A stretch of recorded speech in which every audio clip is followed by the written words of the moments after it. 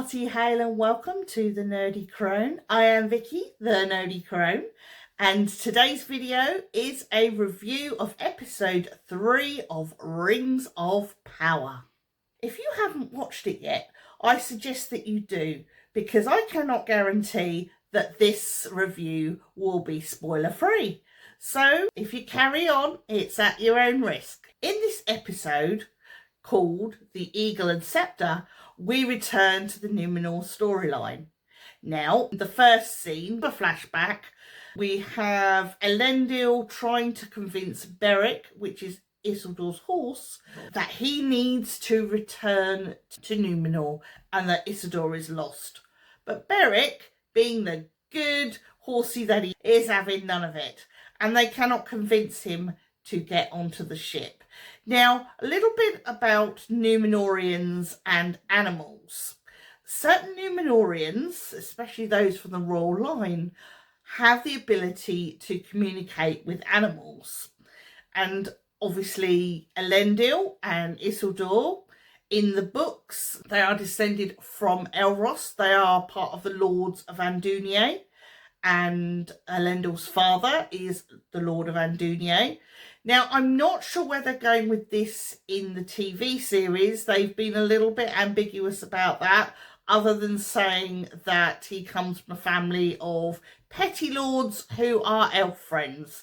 Now, in the books, he's a damn sight more important than that. So I'm not sure where the showrunners are trying to go with that. But we'll see. Anyway, Elendil's heart is breaking for his son, and it's not helped by the fact that the horse is refusing to accept Isildur's death. Because horsey got to do what a horsey's got to do, and so we get a scene of him being released, and he goes running off over the fields in search of Isildur. We kind of expected the theme music from Black Beauty to accompany him, but obviously it didn't, because this is Rings of Power. On his way to finding his master, he does come across a couple of orcs who try and apprehend him, probably because they're hungry.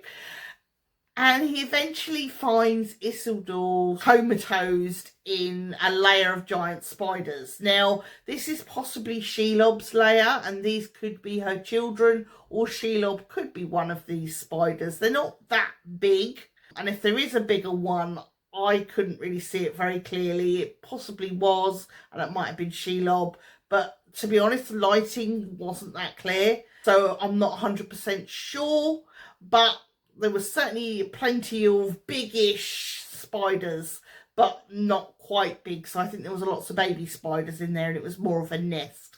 And Isildur's wrapped in the silk and trapped, but he manages to come to with the help of Beric, and then he cuts his way free using an orc blade. The orc that he gets the blade off is still alive, and rather than like, oh mate, you brought me round, no, he just attacks him, because that's what orcs do.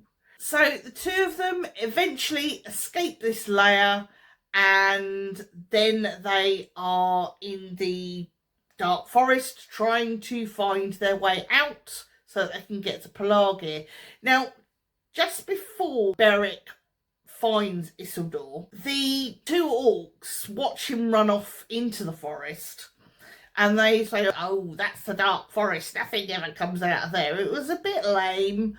I know they're orcs, I know they're not the sharpest knives in the drawer, but I don't feel it was necessary to the storyline. We didn't need to know it was the dark forest. Shelob's lair was enough, really. For our next scene, we are transported back to Numenor, where the funeral is being held for Tar Palantir, the old boy from the last season who was dying and accidentally let Eärien into the secret Palantir room. And obviously she had a vision, but we have still not been told what that vision is. Be interesting to see whether or not at some point that comes to be.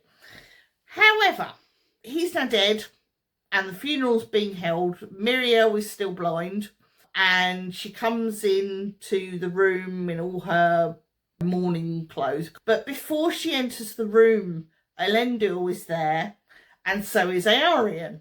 and they have this little conversation, and she makes it very clear to Elendil that she blames Miriel for the loss of her brother.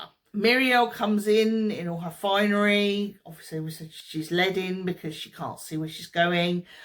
And she goes to Elendil and she's saying quietly, is everybody on my side here? Are there whispers? And he says to her, well, certain people over there are chatting with Pharazôn. She knows that there are people who are going to want to dethrone her. Obviously, she can't see what's going on, so Elendil is, at the moment, her eyes and ears. And they hold the funeral, and one of the mothers of the soldiers turns up at this funeral and basically calls Miriel out and gives her a big old slap around the face. And everyone's like, oh, what's she going to do, sort of thing.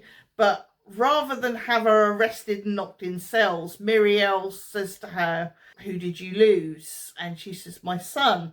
And Miriel embraces her. She apologizes to her and shows this great compassion. And everyone's like, wow. It does look good for Miriel to show that she is this compassionate, loving queen who mourns along with her people over what has happened.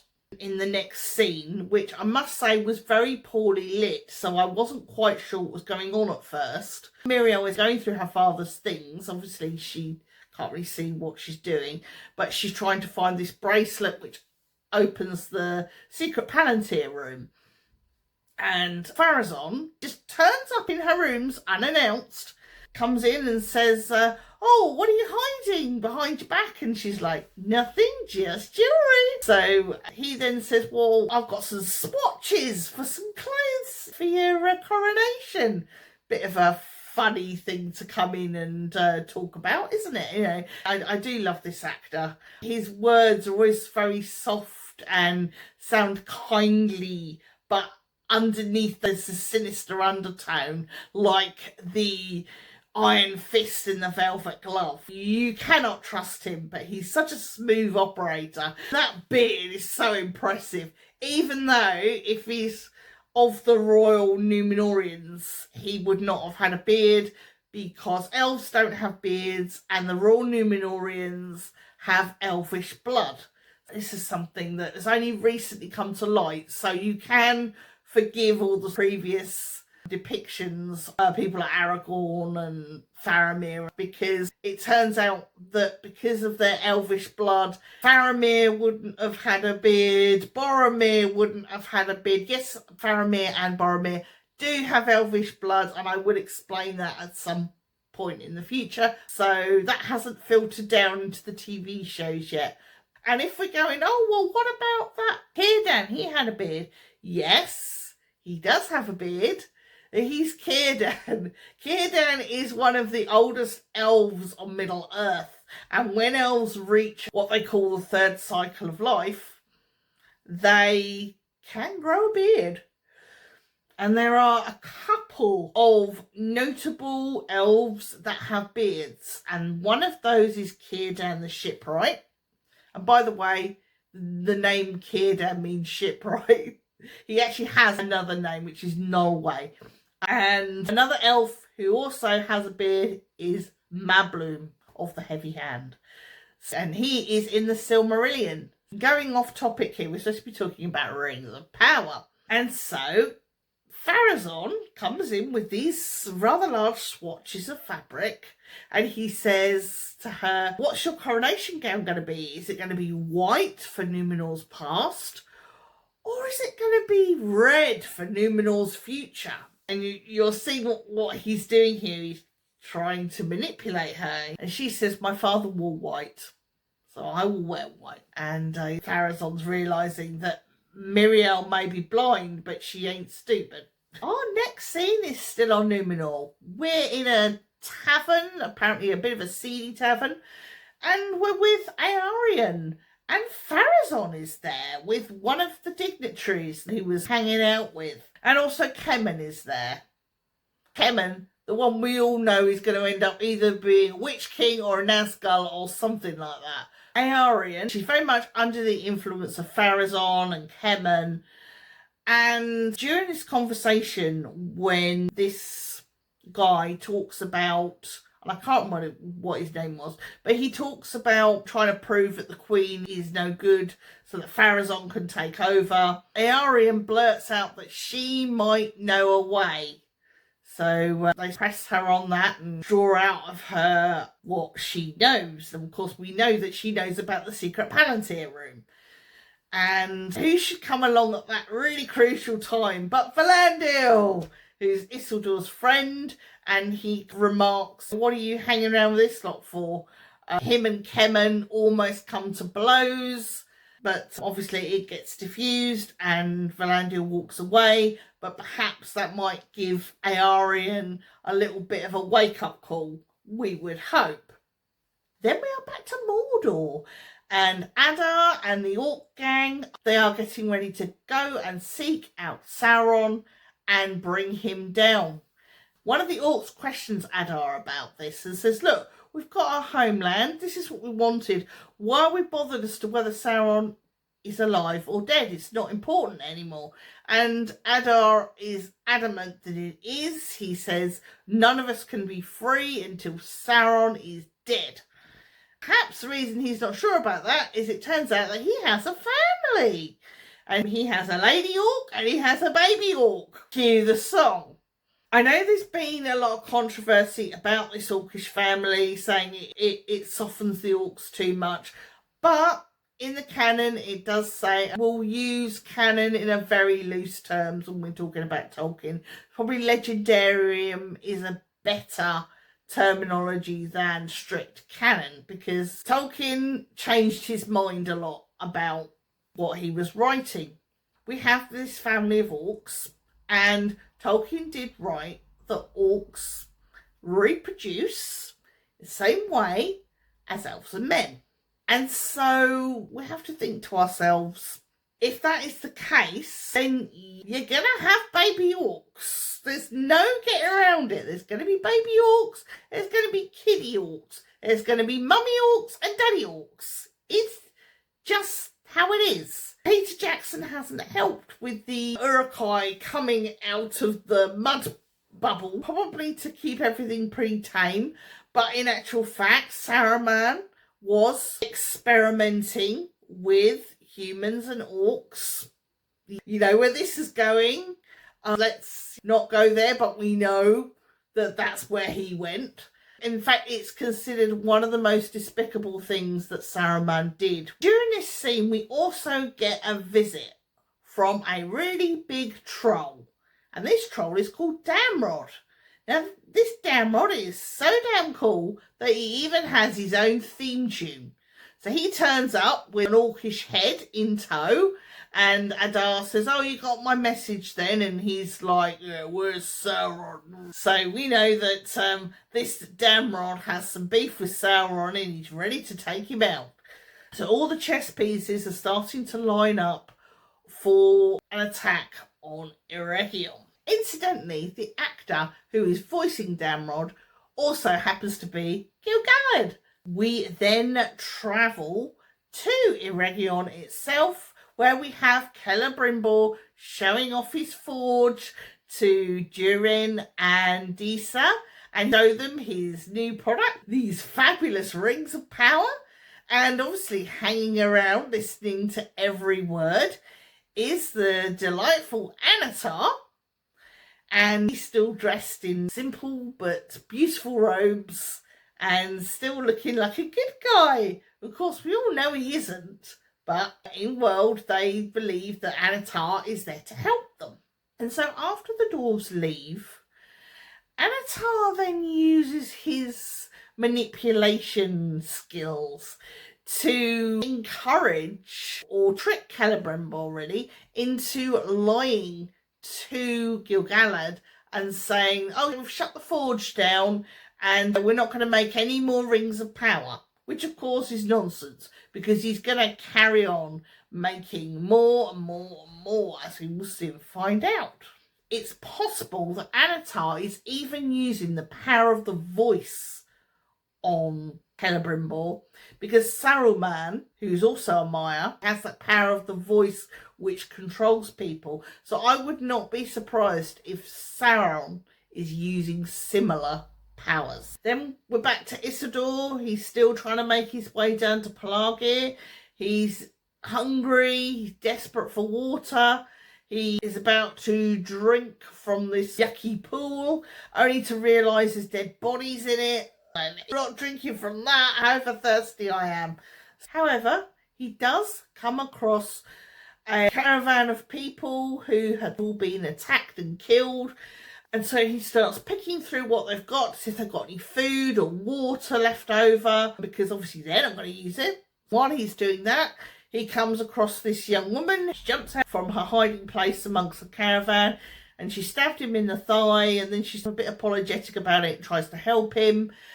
And her name is Astrid. Isildur, being the good guy he is, does give her the benefit of the doubt, and they continue to make their way to Pelargir. They get attacked again, and at this point they do actually lose Beric the horse. But who should come to their rescue but Arondir? Nice to see him back for the second season. He seems a little bit offish though. He doesn't really say why, but later we discover this is because Bronwyn, who was his love in the first season with her son Theo, has unfortunately passed away. Isildur and his new lady friend, they reach Pelargir in time for the funeral. The main reason this has happened is because the actress playing Bronwyn has decided to leave acting. We find out more about Bronwyn's death, and it turns out that the injury that she received from the Orcish arrow was poisoned. Theo is pretty cut up. He doesn't want to speak to Arondir. He's angry, and he's getting into all sorts of funny business as well, and tells Isildur he knows a way to get his horse back.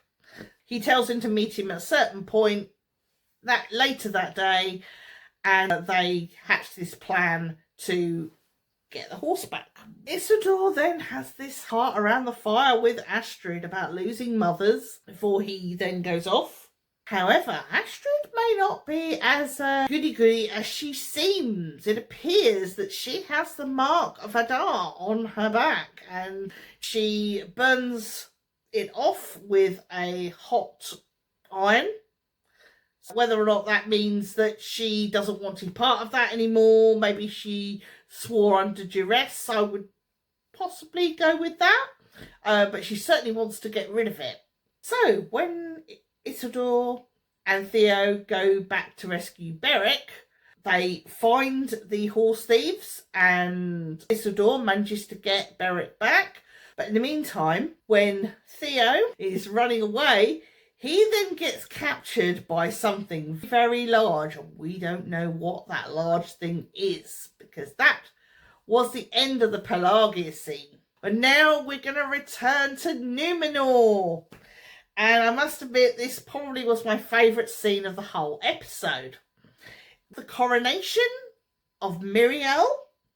Miriel turns up in her white gown and she's about to take the scepter when Eärien then says, no, she doesn't deserve the throne, and this is why. She reveals the Palantir and she drops it into the throne room, and everyone says, look, she's using elvish tools to manipulate people. Miriel does admit that the Palantir is hers. All hell breaks loose. Everyone's arguing, and there's a faction that are Pharazôn orientated. Pharazôn notably is dressed in red, and in this commotion an eagle shows up. Now, the eagle was mentioned earlier on in the episode when Pharazôn was saying to Miriel what colour garment she was going to wear, and he said, oh, you never know, an eagle might turn up at your coronation. And yes, an eagle does turn up. Very, very poignant to have an eagle at your coronation. However, Pharazôn turns it to his advantage. And he walks in front of the eagle squawks at him, and he's saying, look, the eagle is endorsing me. And he's the hanger-on guy that was slacking off Muriel earlier. He's going, Pharazôn! And they're all start shouting Pharazôn and Pharazôn for king. And it looks like Muriel is being usurped. Not a good thing. Especially not for Numenor's future. For the final scene, which has no words in it, just music, is of the making of a ring whilst Disa and Durin are present. They watch this ring being made, and who should be handling the metal before it is forged? It is Annatar. And we can see from his facial expressions everything we need to know about this scene. It's brilliantly done. It's going to be really fun to see where this storyline leads. I would give this episode an 8 because I didn't think it was any better than any of the others that I'd seen, but I didn't think it was any worse. Take care, and mind how you go.